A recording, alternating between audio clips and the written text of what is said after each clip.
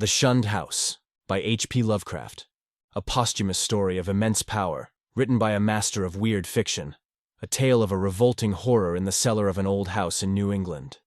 From even the greatest of horrors, irony is seldom absent. Sometimes it enters directly into the composition of the events, while sometimes it relates only to their fortuitous position among persons and places.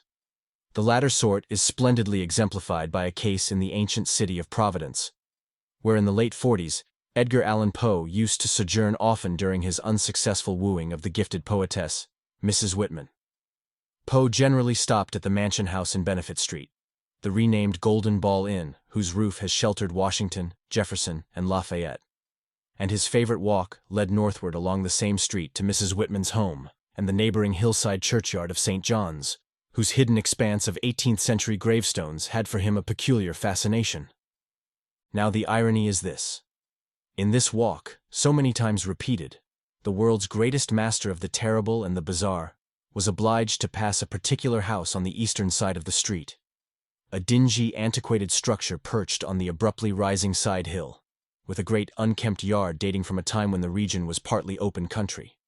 It does not appear that he ever wrote or spoke of it, nor is there any evidence that he even noticed it.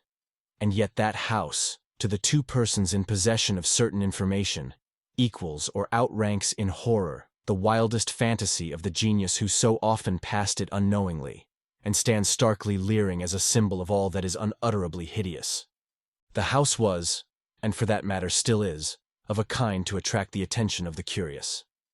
Originally a farm or semi-farm building, it followed the average New England colonial lines of the middle 18th century, the prosperous peaked roof sort, with 2 stories and dormerless attic, and with the Georgian doorway and interior paneling dictated by the progress of taste at that time. It faced south, with one gable end buried to the lower windows in the eastward rising hill, and the other exposed to the foundations toward the street. Its construction, over a century and a half ago, had followed the grading and straightening of the road in that especial vicinity. For Benefit Street, at first called Back Street, was laid out as a lane winding amongst the graveyards of the first settlers, and straightened only when the removal of the bodies to the north burial ground made it decently possible to cut through the old family plots. At the start, the western wall had lain some 20 feet up a precipitous lawn from the roadway, but a widening of the street at about the time of the Revolution sheared off most of the intervening space, exposing the foundation so that a brick basement wall had to be made, giving the deep cellar a street frontage with door and one window above ground, close to the new line of public travel. When the sidewalk was laid out a century ago, the last of the intervening space was removed, and Poe in his walks must have seen only a sheer ascent of dull gray brick flush with the sidewalk, and surmounted at a height of 10 feet by the antique shingled bulk of the house proper. The farm-like ground extended back very deeply up the hill, almost to Wheaton Street. The space south of the house, abutting on Benefit Street, was of course greatly above the existing sidewalk level, forming a terrace bounded by a high bank wall of damp, mossy stone, pierced by a steep flight of narrow steps, which led inward between canyon-like surfaces to the upper region of mangy lawn, roomy brick walks, and neglected gardens, whose dismantled cement urns, rusted kettles fallen from tripods of knotty sticks, and similar paraphernalia set off the weather-beaten front door with its broken fanlight, rotting ionic pilasters, and wormy triangular pediment. What I heard in my youth about the Shunned House was merely that people died there in alarmingly great numbers. That, I was told, was why the original owners had moved out some 20 years after building the place. It was plainly unhealthy, perhaps because of the dampness and fungus growths in the cellar, the general sickish smell, the drafts of the hallways, or the quality of the well and pump water. These things were bad enough, and these were all that gained belief among the persons whom I knew. Only the notebooks of my antiquarian uncle, Dr. Elihu Whipple, revealed to me at length the darker, vaguer surmises which formed an undercurrent of folklore among old-time servants and humble folk. Surmises which never traveled far, and which were largely forgotten when Providence grew to be a metropolis with a shifting modern population. The general fact is that the house was never regarded by the solid part of the community as in any real sense haunted. There were no widespread tales of rattling chains, cold currents of air, extinguished lights, or faces at the window. Extremists sometimes said the house was unlucky, but that is as far as even they went. What was really beyond dispute is that a frightful proportion of persons died there, or more accurately, had died there, since after some peculiar happenings over 60 years ago, the building had become deserted through the sheer impossibility of renting it. These persons were not all cut off suddenly by any one cause. Rather did it seem that their vitality was insidiously sapped, so that each one died the sooner from whatever tendency to weakness he may have naturally had. And those who did not die displayed in varying degree a type of anemia or consumption, and sometimes a decline of the mental faculties, which spoke ill for the salubriousness of the building. Neighboring houses, it must be added, seemed entirely free from the noxious quality. This much I knew before my insistent questioning led my uncle to show me the notes which finally embarked us both on our hideous investigation. In my childhood, the Shunned house was vacant, with barren, gnarled, and terrible old trees, long, queerly pale grass, and nightmarishly misshapen weeds in the high terraced yard where birds never lingered. We boys used to overrun the place, and I can still recall my youthful terror, not only at the morbid strangeness of this sinister vegetation, but at the eldritch atmosphere and odor of the dilapidated house, whose unlocked front door was often entered in quest of shutters. The small paned windows were largely broken, and a nameless air of desolation hung round the precarious paneling. Shaky interior shutters, peeling wallpaper, falling plaster, rickety staircases, and such fragments of battered furniture as still remained. The dust and cobwebs added their touch of the fearful, and brave indeed was the boy who would voluntarily ascend the ladder to the attic, a vast raftered length lighted only by small blinking windows in the gable ends, and filled with a massed wreckage of chests, chairs, and spinning wheels which infinite years of deposit had shrouded and festooned into monstrous and hellish shapes. But after all, the attic was not the most terrible part of the house. It was the dank, humid cellar which somehow exerted the strongest repulsion on us, even though it was wholly above ground on the street side, with only a thin door and window-pierced brick wall to separate it from the busy sidewalk. We scarcely knew whether to haunt it in spectral fascination, or to shun it for the sake of our souls and our sanity.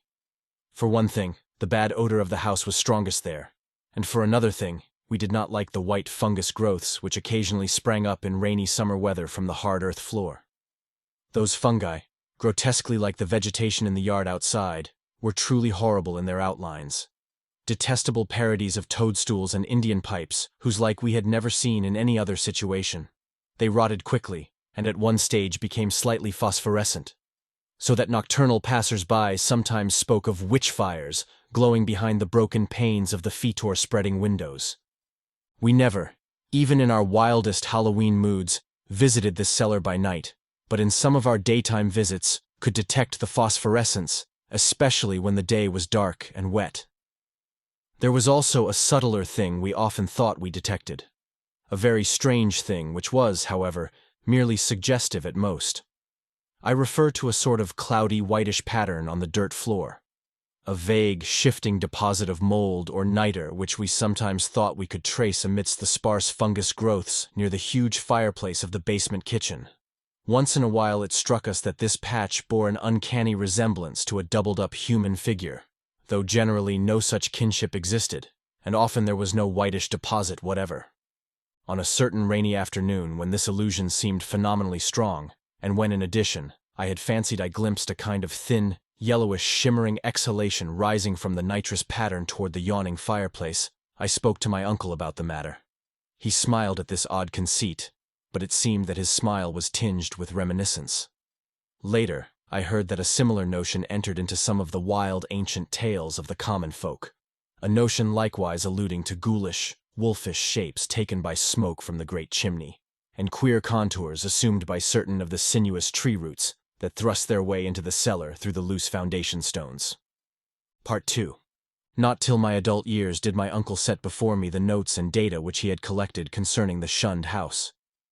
Dr. Whipple was a sane, conservative physician of the old school, and for all his interest in the place was not eager to encourage young thoughts toward the abnormal. His own view, postulating simply a building and location of markedly unsanitary qualities, had nothing to do with abnormality. But he realized that the very picturesqueness which aroused his own interest would in a boy's fanciful mind take on all manner of gruesome imaginative associations. The doctor was a bachelor, a white-haired, clean-shaven, old-fashioned gentleman, and a local historian of note, who had often broken a lance with such controversial guardians of tradition as Sidney S. Ryder and Thomas W. Bicknell. He lived with one man-servant in a Georgian homestead, with knocker and iron-railed steps, balanced eerily on the steep ascent of North Court Street, beside the ancient brick court and colony house, where his grandfather, a cousin of that celebrated privateersman, Captain Whipple, who burnt His Majesty's armed schooner Gaspee in 1772, had voted in the legislature on May 4, 1776, for the independence of the Rhode Island colony. Around him in the damp, low-ceiled library with the musty white paneling, heavy carved overmantel and small-paned, vine-shaded windows, were the relics and records of his ancient family, among which were many dubious allusions to the Shunned house in Benefit Street. That pest spot lies not far distant, for Benefit runs ledgewise just above the courthouse along the precipitous hill up which the first settlement climbed. When, in the end, my insistent pestering and maturing years evoked from my uncle the hoarded lore I sought, there lay before me a strange enough chronicle.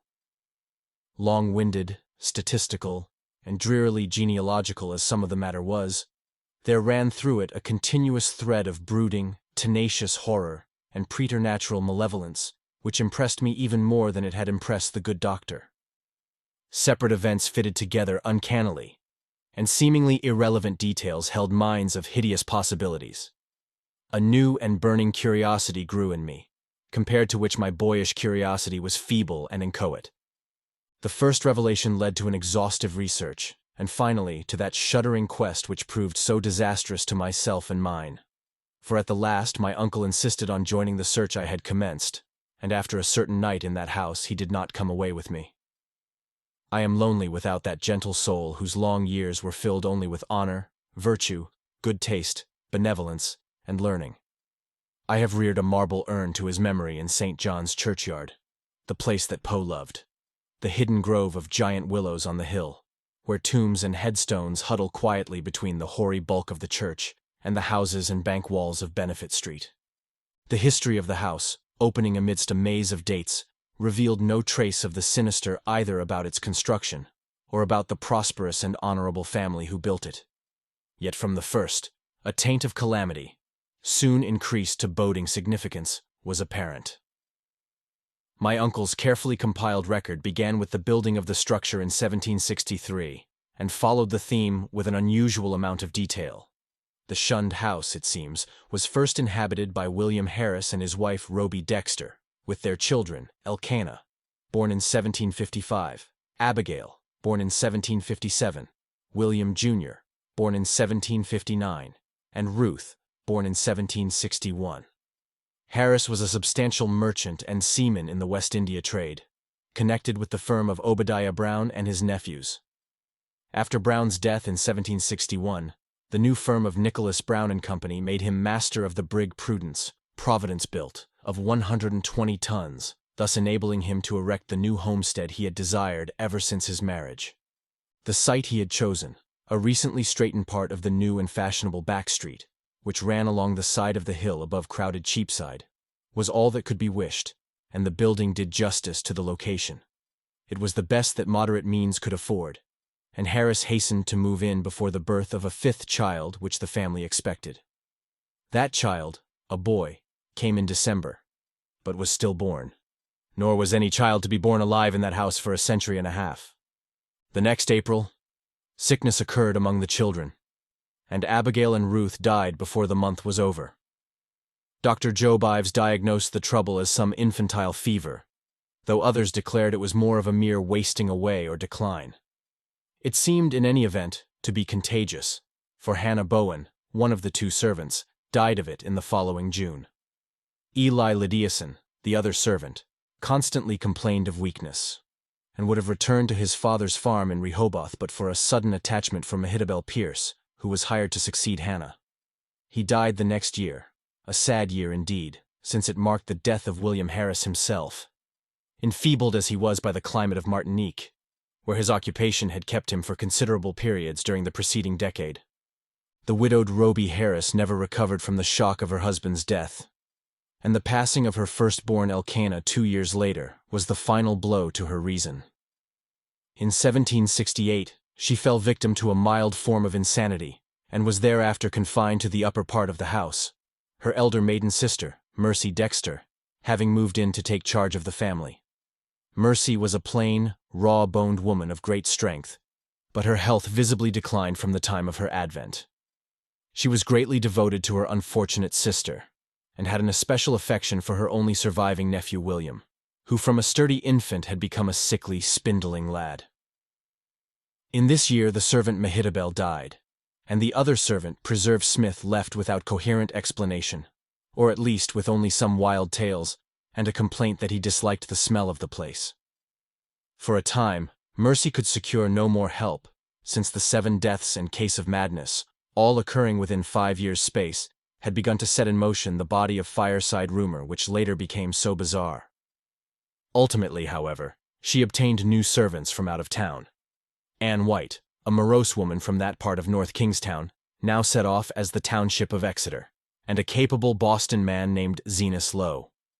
It was Anne White who first gave definite shape to the sinister idle talk. Mercy should have known better than to hire anyone from the Nooseneck Hill country, for that remote bit of backwoods was then, as now, a seat of the most uncomfortable superstitions. As lately as 1892, an Exeter community exhumed a dead body and ceremoniously burnt its heart in order to prevent certain alleged visitations injurious to the public health and peace, and one may imagine the point of view of the same section in 1768. Anne's tongue was perniciously active, and within a few months Mercy discharged her, filling her place with a faithful and amiable Amazon from Newport, Maria Robbins. Meanwhile poor Roby Harris, in her madness, gave voice to dreams and imaginings of the most hideous sort. At times her screams became insupportable, and for long periods she would utter shrieking horrors which necessitated her son's temporary residence with his cousin, Peleg Harris, in Presbyterian Lane, near the new college building. The boy would seem to improve after these visits, and had Mercy been as wise as she was well-meaning, she would have let him live permanently with Peleg. Just what Mrs. Harris cried out in her fits of violence, tradition hesitates to say, or rather, presents such extravagant accounts that they nullify themselves through sheer absurdity. Certainly it sounds absurd to hear that a woman educated only in the rudiments of French often shouted for hours in a coarse and idiomatic form of that language, or that the same person, alone and guarded, complained wildly of a staring thing which bit and chewed at her. In 1772, the servant Zenas died, and when Mrs. Harris heard of it, she laughed with a shocking delight utterly foreign to her. The next year she herself died, and was laid to rest in the North Burial Ground beside her husband. Upon the outbreak of trouble with Great Britain in 1775, William Harris, despite his scant 16 years and feeble constitution, managed to enlist in the Army of Observation under General Greene, and from that time on enjoyed a steady rise in health and prestige. In 1780, as a captain in the Rhode Island forces in New Jersey under Colonel Angell, he met and married Phoebe Hetfield of Elizabethtown, whom he brought to Providence upon his honorable discharge in the following year. The young soldier's return was not a thing of unmitigated happiness. The house, it is true, was still in good condition, and the street had been widened and changed in name from Back Street to Benefit Street. But Mercy Dexter's once robust frame had undergone a sad and curious decay, so that she was now a stooped and pathetic figure with hollow voice and disconcerting pallor, qualities shared to a singular degree by the one remaining servant, Maria. In the autumn of 1782, Phoebe Harris gave birth to a stillborn daughter, and on the 15th of the next May, Mercy Dexter took leave of a useful, austere, and virtuous life. William Harris, at last thoroughly convinced of the radically unhealthful nature of his abode, now took steps toward quitting it and closing it forever. Securing temporary quarters for himself and his wife at the newly opened Golden Ball Inn, he arranged for the building of a new and finer house in Westminster Street, in the growing part of the town across the Great Bridge. There, in 1785, his son Dutee was born, and there the family dwelt till the encroachments of commerce drove them back across the river and over the hill to Angell Street, in the newer East Side residence district, where the late Archer Harris built his sumptuous but hideous French-roofed mansion in 1876. William and Phoebe both succumbed to the yellow fever epidemic of 1797, but Dutee was brought up by his cousin Rathbone Harris, Peleg's son. Rathbone was a practical man and rented the Benefit Street house despite William's wish to keep it vacant. He considered it an obligation to his ward to make the most of all the boy's property, nor did he concern himself with the deaths and illnesses which caused so many changes of tenants, or the steadily growing aversion with which the house was generally regarded. It is likely that he felt only vexation when, in 1804, the town council ordered him to fumigate the place with sulfur, tar, and gum camphor on account of the much-discussed deaths of 4 persons, presumably caused by the then diminishing fever epidemic. They said the place had a febrile smell. Dutee himself thought little of the house, for he grew up to be a privateersman and served with distinction on the Vigilant under Captain Cahoon in the War of 1812. He returned unharmed, married in 1814, and became a father on that memorable night of September 23, 1815, when a great gale drove the waters of the bay over half the town and floated a tall sloop well up Westminster Street, so that its masts almost tapped the Harris windows in symbolic affirmation that the new boy, Welcome, was a seaman's son. Welcome did not survive his father, but lived to perish gloriously at Fredericksburg in 1862. Neither he nor his son Archer knew of the Shunned house as other than a nuisance almost impossible to rent, perhaps on account of the mustiness and sickly odor of unkempt old age. Indeed, it never was rented after a series of deaths culminating in 1861, which the excitement of the war tended to throw into obscurity. Carrington Harris, last of the male line, knew it only as a deserted and somewhat picturesque center of legend, until I told him my experience. He had meant to tear it down and build an apartment house on the site, but after my account decided to let it stand, install plumbing, and rent it. Nor has he yet had any difficulty in obtaining tenants. The horror has gone. Part 3. It may well be imagined how powerfully I was affected by the annals of the Harrises. In this continuous record, there seemed to me to brood a persistent evil beyond anything in nature as I had known it. An evil clearly connected with the house and not with the family. This impression was confirmed by my uncle's less systematic array of miscellaneous data, legends transcribed from servant gossip, cuttings from the papers, copies of death certificates by fellow physicians, and the like. All of this material I cannot hope to give, for my uncle was a tireless antiquarian and very deeply interested in the Shunned house. But I may refer to several dominant points which earn notice by their recurrence through many reports from diverse sources. For example, the servant gossip was practically unanimous in attributing to the fungus and malodorous cellar of the house a vast supremacy and evil influence. There had been servants, Anne White especially, who would not use the cellar kitchen, and at least 3 well-defined legends bore upon the queer quasi-human or diabolic outlines assumed by tree roots and patches of mold in that region. These latter narratives interested me profoundly, on account of what I had seen in my boyhood. But I felt that most of the significance had in each case been largely obscured by additions from the common stock of local ghost lore.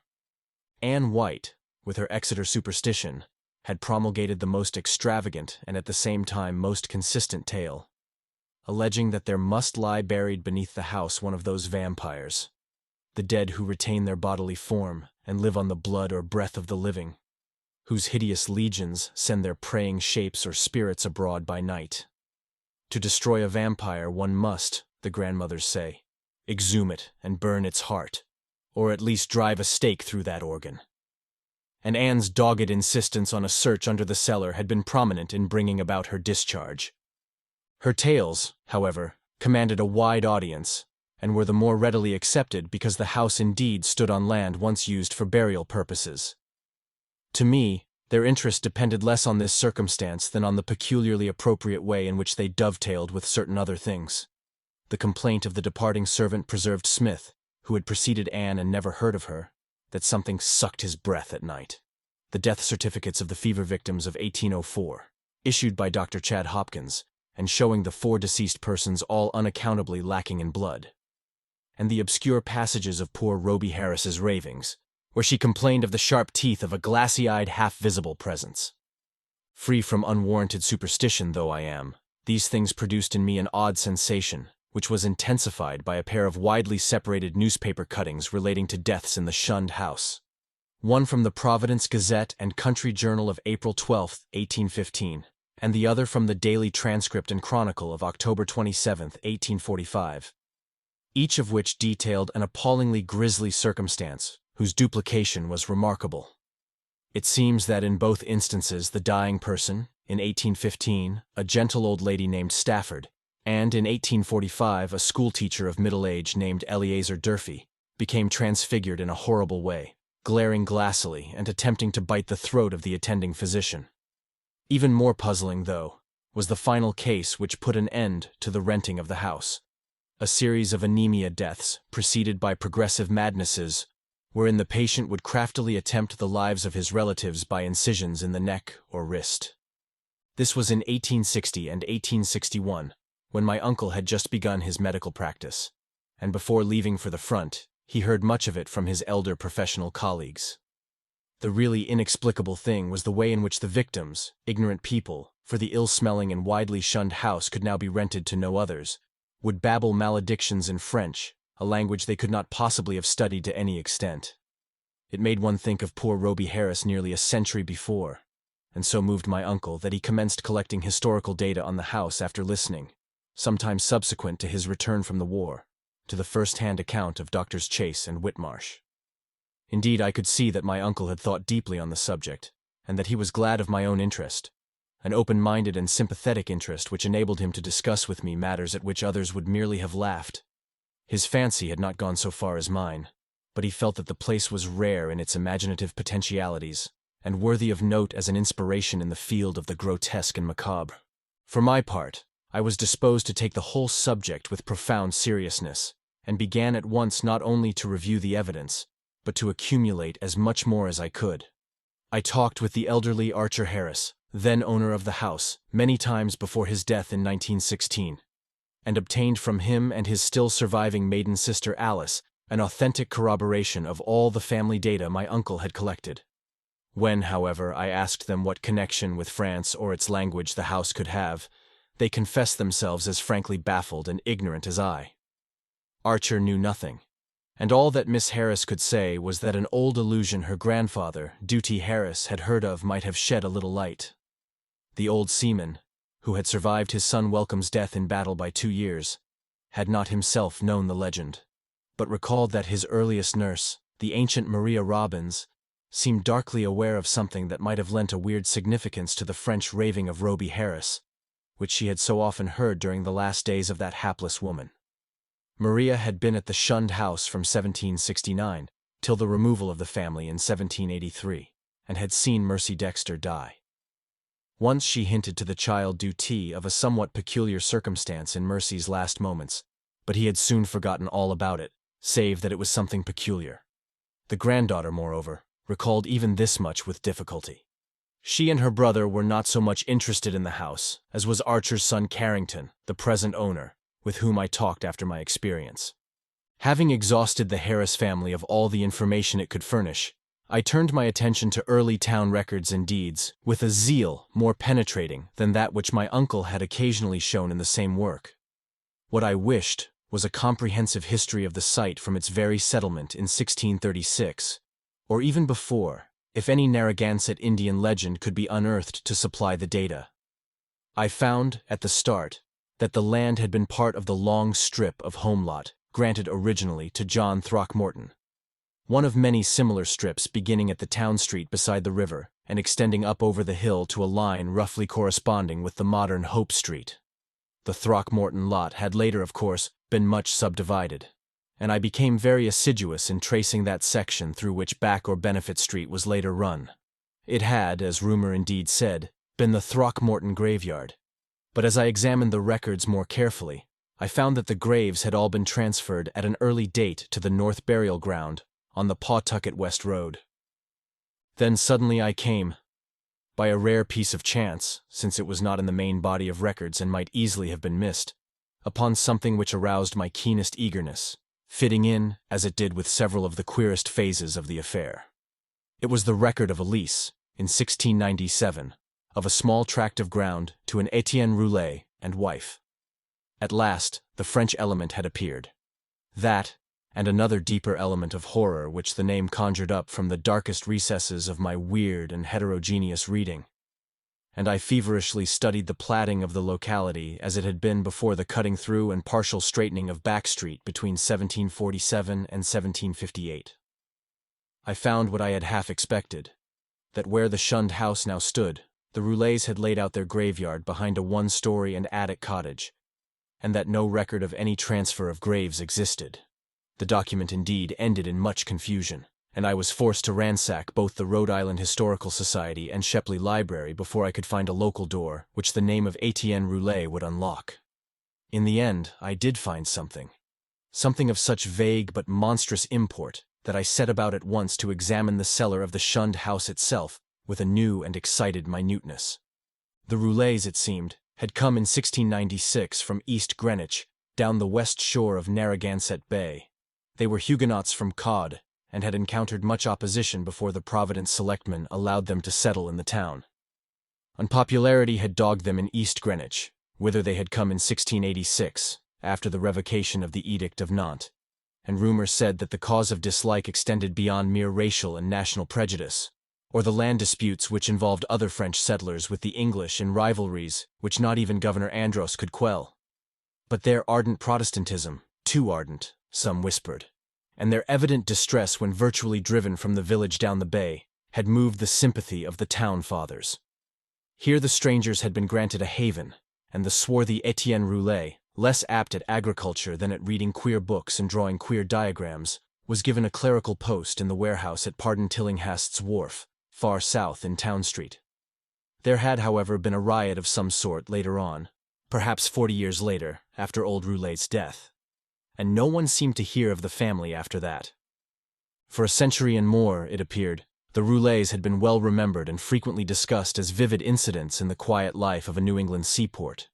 Etienne's son Paul, a surly fellow whose erratic conduct had probably provoked the riot which wiped out the family, was particularly a source of speculation, and though Providence never shared the witchcraft panics of her Puritan neighbors, it was freely intimated by old wives that his prayers were neither uttered at the proper time nor directed toward the proper object. All this had undoubtedly formed the basis of the legend known by old Maria Robbins. What relation it had to the French ravings of Roby Harris and other inhabitants of the Shunned house, imagination or future discovery alone could determine. I wondered how many of those who had known the legends realized that additional link with the terrible which my wider reading had given me. That ominous item in the annals of morbid horror which tells of the creature Jacques Roulet, of Code, who in 1598 was condemned to death as a demoniac but afterwards saved from the stake by the Paris Parliament and shut in a madhouse. He had been found covered with blood and shreds of flesh in a wood, shortly after the killing and rending of a boy by a pair of wolves. One wolf was seen to lope away unhurt. Surely a pretty hearthside tale with a queer significance as to name and place. But I decided that the Providence gossips could not have generally known of it. Had they known, the coincidence of names would have brought some drastic and frightened action. Indeed, might not its limited whispering have precipitated the final riot which erased the Roulets from the town? I now visited the accursed place with increased frequency, studying the unwholesome vegetation of the garden, examining all the walls of the building, and poring over every inch of the earthen cellar floor. Finally, with Carrington Harris's permission, I fitted a key to the disused door opening from the cellar directly upon Benefit Street, preferring to have a more immediate access to the outside world than the dark stairs, ground-floor hall, and front door could give. There, where morbidity lurked most thickly, I searched and poked during long afternoons when the sunlight filtered in through the cobwebbed above-ground windows, and a sense of security glowed from the unlocked door which placed me only a few feet from the placid sidewalk outside. Nothing new rewarded my efforts, only the same depressing mustiness and faint suggestions of noxious odors and nitrous outlines on the floor. And I fancy that many pedestrians must have watched me curiously through the broken panes. At length, upon a suggestion of my uncle's, I decided to try the spot nocturnally, and one stormy midnight ran the beams of an electric torch over the moldy floor, with its uncanny shapes and distorted, half-phosphorescent fungi. The place had dispirited me curiously that evening, and I was almost prepared when I saw, or thought I saw, amidst the whitish deposits, a particularly sharp definition of the huddled form I had suspected from boyhood. Its clearness was astonishing and unprecedented, and as I watched, I seemed to see again the thin, yellowish, shimmering exhalation which had startled me on that rainy afternoon so many years before. Above the anthropomorphic patch of mold by the fireplace it rose, a subtle, sickish, almost luminous vapor, which as it hung trembling in the dampness, seemed to develop vague and shocking suggestions of form, gradually trailing off into nebulous decay and passing up into the blackness of the great chimney with a feeder in its wake. It was truly horrible, and the more so to me because of what I knew of the spot. Refusing to flee, I watched it fade, and as I watched, I felt that it was in turn watching me greedily, with eyes more imaginable than visible. When I told my uncle about it, he was greatly aroused, and after a tense hour of reflection, arrived at a definite and drastic decision. Weighing in his mind the importance of the matter and the significance of our relation to it, he insisted that we both test, and if possible destroy, the horror of the house by a joint night or nights of aggressive vigil in that musty and fungus-cursed cellar. This concludes the first part of two total of The Shunned House by H.P. Lovecraft, produced by Best Audiobooks for free.